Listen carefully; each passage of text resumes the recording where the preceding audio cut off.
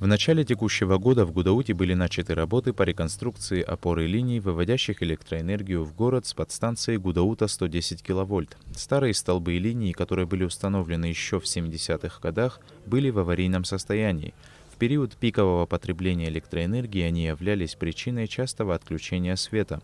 Что касается силовых кабелей, которые проходили под землей, то они часто подвергались повреждениям спецтехникой во время прокладки водопроводных труб. За короткий промежуток времени сотрудниками РУП «Черноморэнерго» были проведены до 3 километров новых линий электропередачи, установлены более 25 новых опорных столбов. Увеличили сечение кабелей в 3 раза больше. Эти кабели давнешние, и на тот период этого сечения хватало.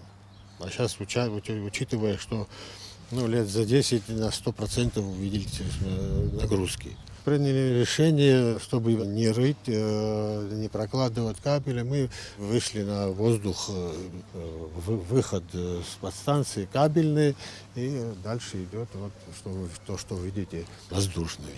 Подстанция Гудаута 110 кВт питает почти 60% города. В числе потребителей детские сады, школы, многоэтажные и частные дома, расположенные как в центре, так и на окраинах Гудауты.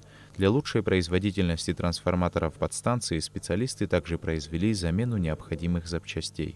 Помимо того, что мы установили опоры, линии, заменили кабели, провода и так далее, для этого для того, чтобы увеличить надежность, сделать, специалисты поменяли, что необходимое было: трансформаторы тока, наладку, релейные защиты, внутренние вакуумные выключатели и так далее.